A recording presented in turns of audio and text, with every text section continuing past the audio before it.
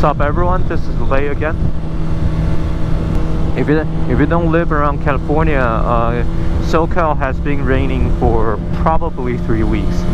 It just turned sunny this week, so finally I can do more riding. I know since my last video it's been, I don't know, a couple months.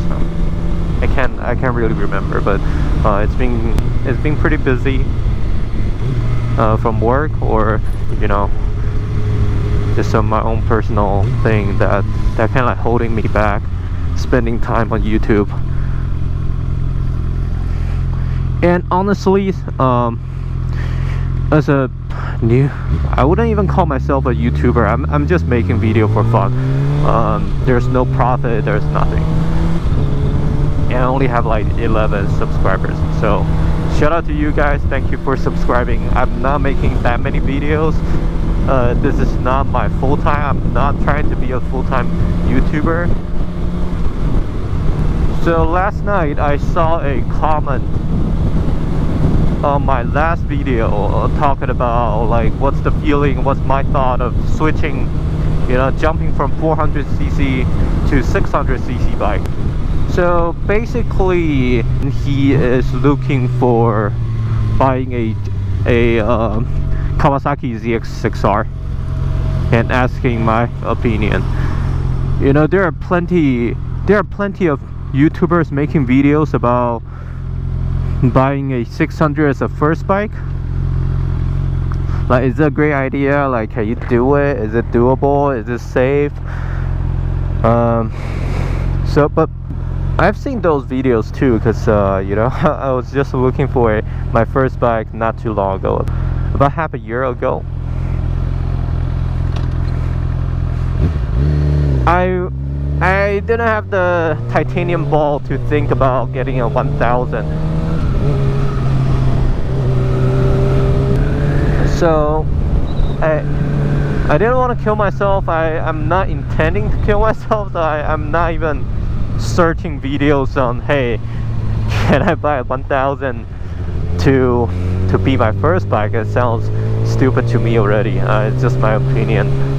I was looking into 650, 600, even the Trams Daytona 675,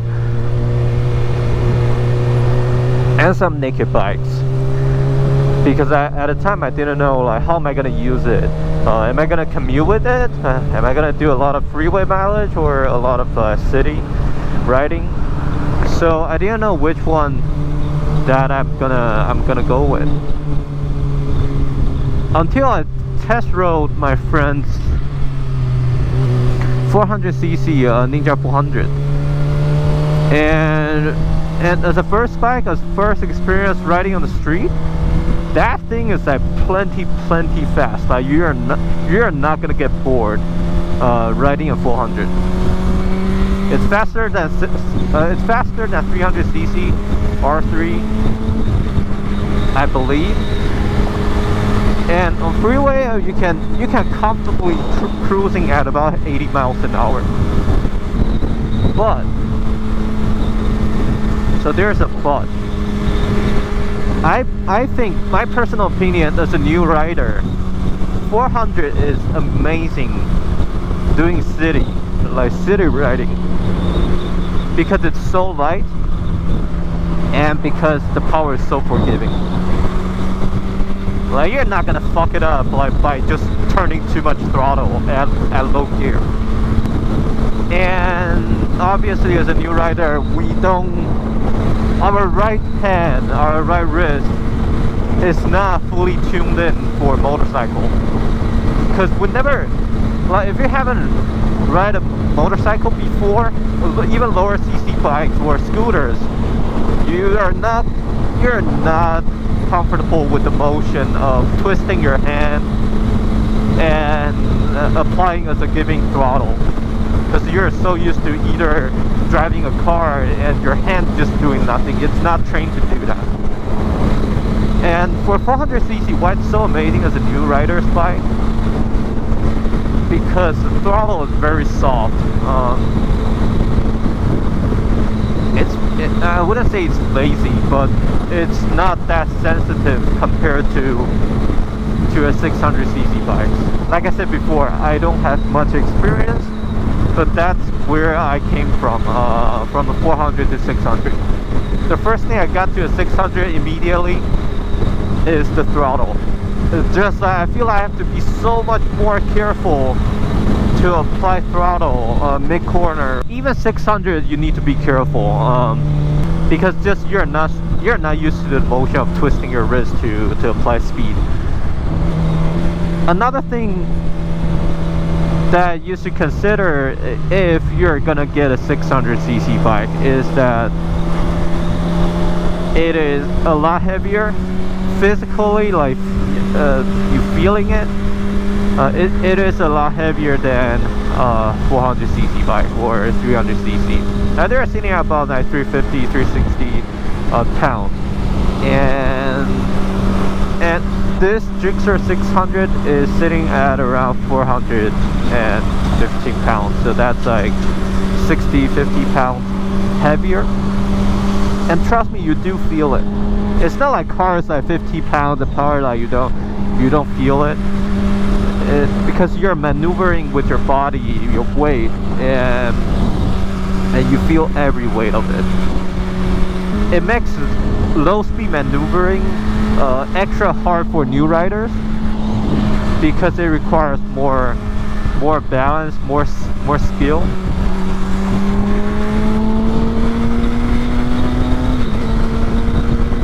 So, should you get a 600 for your first bike? I would say so. There's no easy answer, right? There's a combination of factors that makes you adaptable to higher horsepower sports bike on the street. So one being, have you had any experience riding before? I know many people out there in the United States have experience in dirt bike.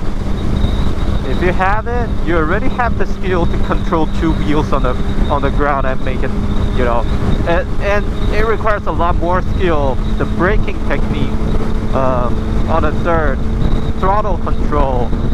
So you might be fine going with a 600, and also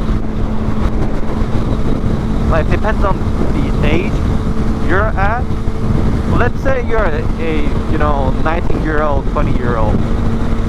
The insurance is going to be pretty expensive because just the way that they calculate is okay, majority of the accidents happens in this age group of range.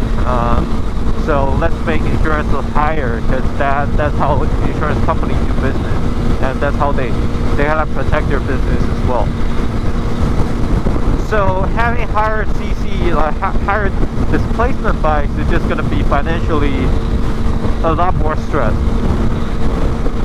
That's another thing. If you go for 600cc, you're losing the opportunity of learning how motorcycles maneuvers on the street.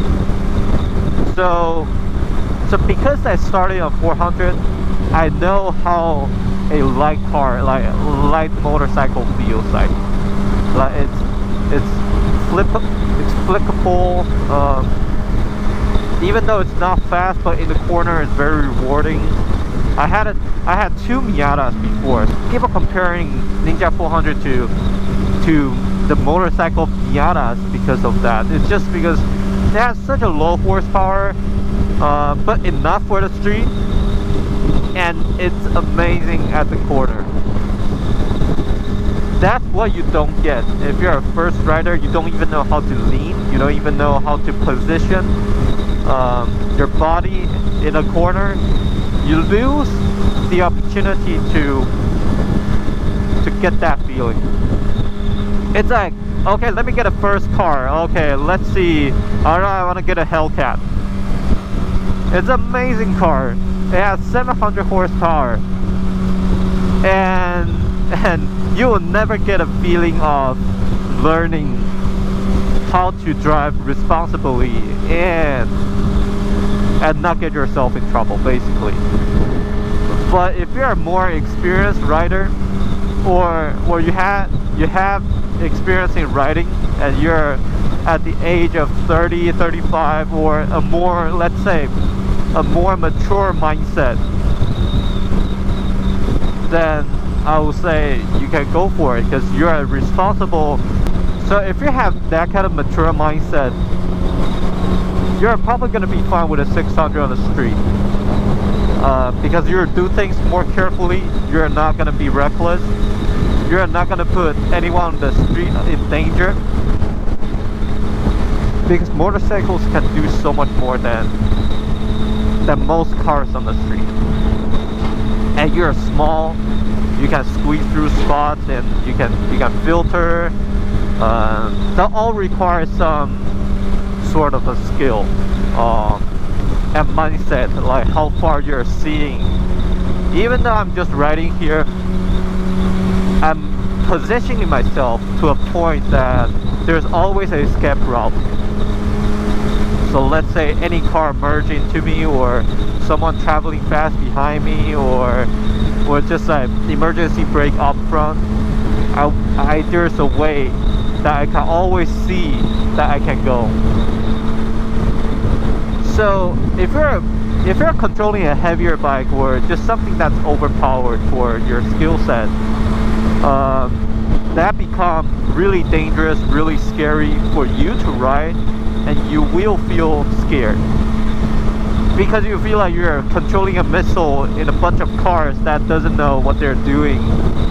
And we all know California drivers, a lot of them, you know, they go through a carpool lane, like there really isn't any law to truly control or give penalties. So, you know, if the cop is not around, then it's not illegal, right? So people do that all the time. When accident happens, there's no right or wrong. Of course, there's right or wrong of who is responsible. But in my opinion, if you're involved in an accident, you get injured, both are losers.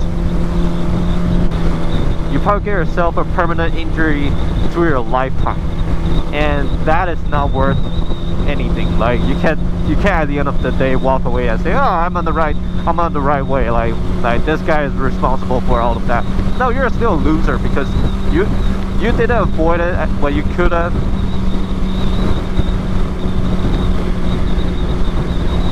Because you can always be more careful, see farther, and give yourself time and air cushion to respond to that, like, emergency.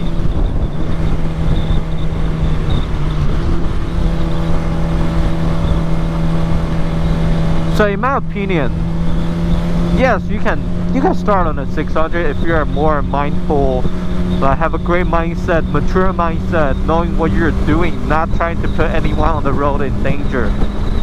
Then I think you're totally fine to go with a 600, even higher. But if you just want a speed missile, you just want the speed as your first bike, I think 400 will suit that pretty well, because 400 is not a slow motorcycle by any means. Yes, in the motorcycle world, it's probably pretty slow.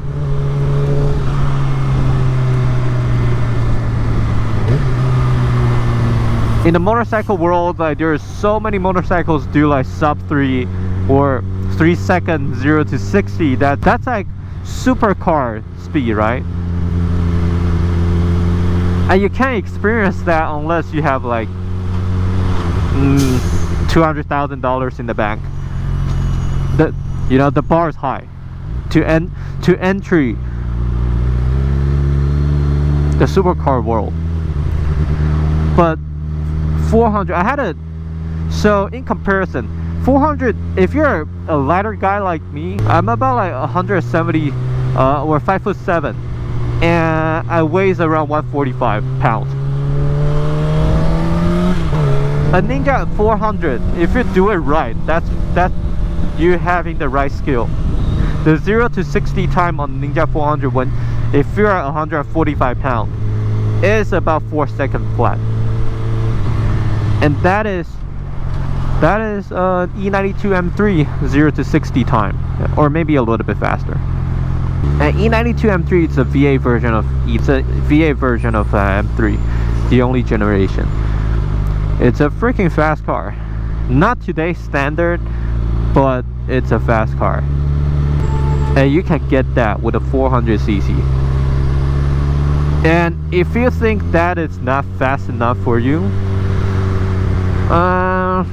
I'm not quite sure what to say, like, because it is fast. But 400 is still safe for you to not accidentally pop a wheelie. You can't do that. It's just not gonna be as easy as 600cc bikes. So 400, the Ninja 400 has about 40 horsepower. I always joke around because I jumped from 400 to 600. Doesn't sound like much if you don't know motorcycle, but it's a different category. It's a totally different experience and bikes. So the Gixxer has about 110 to 125 horsepower. I don't know which range. This is a 2008. So I almost jumped like 3 times. 3 times the horsepower. And I feel it every time. I have this bike for about a couple months and put around 4,000 miles on it. Yeah, I daily ride this thing. And I'm still pretty careful about the throttle. So in my opinion, if I were choosing my first bike, will I still go for 400? I didn't get bored of the 400. The only reason I'm moving on to a 600cc bike is because I do this commute every single day besides weekend. I live in close to Arcadia, and I work in Irvine, full-time job. So I commute 100 miles a day on freeway. And as you can tell, like, people are going faster than speed limit all the time, unless there's a cop around, right? We all know that. And Ninja 400 makes it difficult to maintain. It's easy to maintain speed at around 80, but it's more struggle to going faster when you need to overtake or filter when there are too many cars around you, and you feel like you're taking a little bit too long to squeeze through between 2 cars, and that didn't feel safe to me. That's the reason why I switched to 600, so I can keep myself in 6th gear, make sure there's nobody behind me. So let's say this, I can just give it a little bit throttle. I'm past that already, and there's a pump on my right side. I hope I didn't trigger him. But that is the main reason. Like, I can do fairly easy commuting effortlessly. And when I need to squeeze through traffic, I don't even need to downshift. I will just give it a little bit throttle, I'm already past the cars. And to me, that is safer if you do a lot of freeway commuting. But okay, go back to the topic. Like, if I go back to first time choosing my first motorcycle, for my personal needs, daily commute 100 miles a day on freeway, I wouldn't pick 400, even though it's an amazing bike. I can learn a lot from it, but it doesn't suit my needs. I feel like a Ninja 650 or SV650 or MT-07, okay, these are like SV650 and MT-07 are naked bikes. I don't know how they're gonna react to the wind. I heard it's pretty horrible, but I would choose something along those lines, the 650 category. So compared to 400, 650 has about 60 to 70 horsepower. It's enough to grow with for a long time. You can grow a lot into it, and they're not that expensive as well.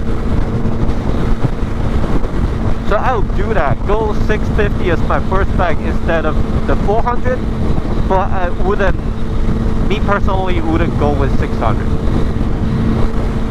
That's my simple answer here. And the reason why I didn't jump from 400 to 650 is, first of all, that is not a huge jump if I'm gonna switch bikes. I feel like I want to go a little bit bigger. People always have that ego just to go a little bit extra big. Do I regret it? Hell no. I love this bike. It's amazing. And I know I can control myself. I don't go crazy on the street. I don't put anyone on the street in danger. In fact, I don't even lane split that much. I will, but I don't do that often. Because the more I lane split, the more I'm putting myself in danger, because not many people pay attention. Not many people pay attention on the road.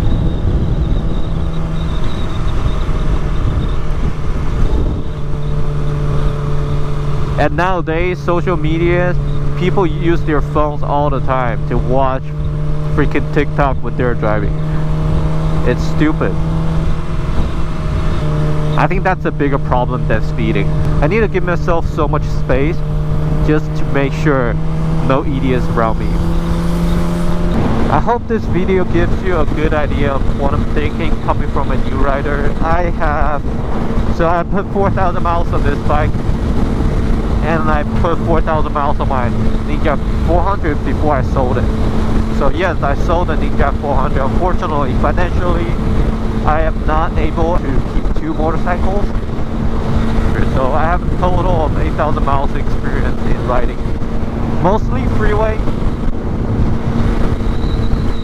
And that's what I'm thinking. If you like this video, please give me a thumbs up. It really helps. And I really appreciate the person who leave a comment asking my opinion when I'm just super new in riding, and asking me my opinion of first motorcycles again.